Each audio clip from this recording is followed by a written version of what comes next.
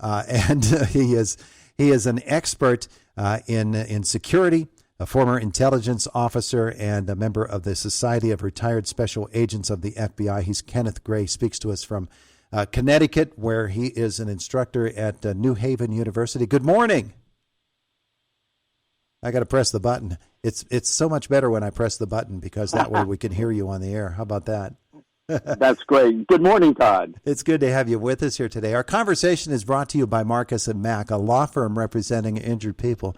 So we read this and we hear some reports about it that New York City has launched a nuclear attack preparedness PSA.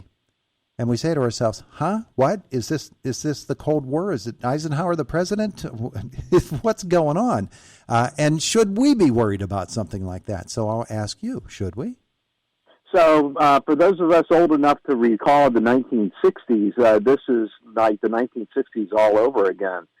This is specific to New York City, and apparently the mayor and his emergency management system there in New York City decided to be proactive and to warn New York City residents what to do in the event that there were a nuclear strike in New York City. Unfortunately, they did not prepare the people of New York for this. They just rolled the PSA, the public service announcement, out in New York City without explaining why. And so, and that was on Monday. So on Tuesday, they had to spend a good part of a press conference explaining why it is that they decided to do this. And they claimed that the reason was that they were being proactive because of events over in the Ukraine, that they wanted to bring the citizens of New York City up to speed about what to do in the very low likelihood of a nuclear strike in New York City. How about that? And so we wonder about things like that, and they didn't prepare them in any way. I guess that's their way of saying that the attack could come as quickly and as much as a surprise as this PSA, because we wanted to scare you into. They made it pretty bleak too, didn't they? They sure did. So their warning consisted of three parts. One, to get inside, don't stay in your car, but get inside.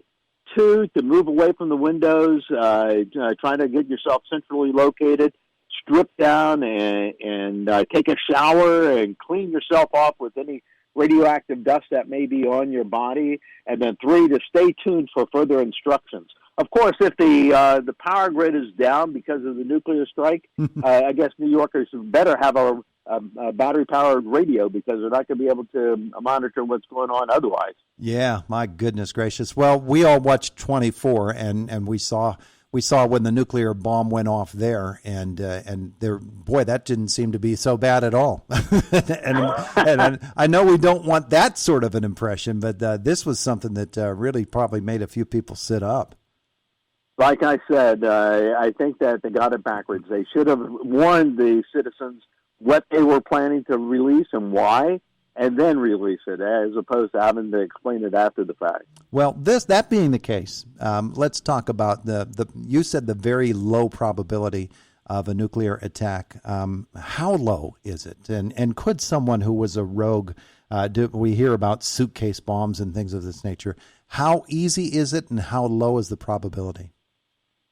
So, two different scenarios. One, Vladimir Putin has a couple of times rattled that saber, rattled his sword about responding to efforts against Russia, which would include potential launches against the United States. So that would be the country against a country, and it would not be confined to New York City. The second part, though, is what you just mentioned, the possibility of an individual bringing a weapon into New York City. There are security aspects in place to try to detect nuclear material moving around in the country. It could come in by way of sea, coming in through the port, and there are detectors that would make that likelihood low. It could come in by road, and there are detectors out there to be able to try to identify such a threat, and the risk for that is low. It could come in by air, and the luggage is screened before it's placed on board coming from international flights, so the possibility of that is also low. So while there's always a possibility that it might be somebody acting on their own or somebody acting at the direction of a foreign power, bringing in a weapon like that, a small weapon, the likelihood is still relatively low. One would hope that we would have some indication by the intelligence community that such a threat was about to occur, and that we would be able to come up to a higher readiness posture. Before 9/11, you will recall that in the summer leading up to 9/11, the intelligence community was hearing what they talked about as picking up pieces of information that there was a potential threat against the United States that turned out to be the attack in the country. We were thinking the attack was going to be external to the country against U.S. interests abroad. Turned out that it instead was carried out right here within the United States. But nonetheless, the intelligence community did pick up on that. They just couldn't put the picture together. Hopefully, the intelligence community would have a heads up that something like this were to occur. You, of course, a senior lecturer at the University of New Haven, and you spend all day on this, all day, every day, or maybe that's a bit of an exaggeration. But you raise a good point. Right after 9/11, right after September 11th of 2001, we were probably much, much more sensitive to any sort of an attack, and that includes a nuclear attack. Have we grown a little bit complacent in the last 20-some years? So I was with the Bureau during 9/11. I was with the FBI as a special agent during 9/11. And immediately after 9/11, we did not know what was going to happen next. So we were waiting for the other shoe to drop. As time went on, another large-scale attack did not happen. And so this is 21 years after 9/11, and we are starting to get somewhat more complacent that the possibility of something like this were to happen again it seems to be remote. But nonetheless, when you have other countries, Russia, threatening to take action if they have actions taken into Russia by foreign powers other than their conflict with Ukraine, this raises the potential for something like this to happen. And, some of these things could very quickly escalate. We could go from 0 to 90 miles an hour just like that. And so, in actuality, New York City may be correct to at least start people thinking about this, about what to do in the event that there were a nuclear attack. And I know that there are all kinds of scenarios that the government does, and I'm sure that you've been involved in a lot of those to find out what we should do in the event of attack. I'm thinking of World War II. Hawaii was a territory at the time, was not a state yet, but that's where America's was drawn into a war, and that attack was there. I'm sure that now, in this day and age, most of the preparation has to do with population centers here in the mainland. But then you think about something like Korea and how much easier it would be for them to get something to Hawaii than it would be for them to get something here. But those are all things that you have to work through. Each of them becomes a problem, a solution that's not just on a whiteboard, doesn't it?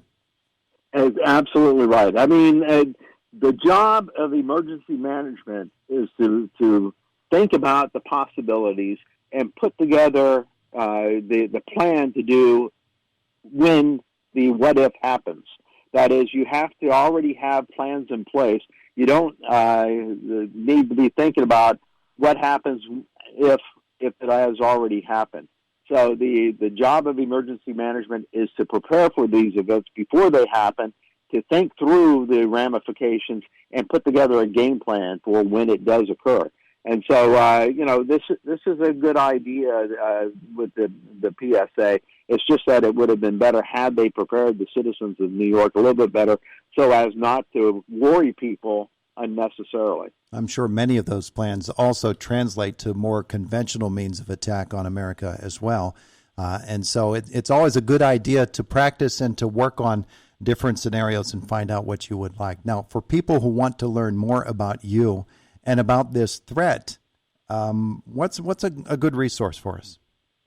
So, University of New Haven website, we have information about faculty members there, so you can find more information about me if you look at University of New Haven website, which is newhaven.edu.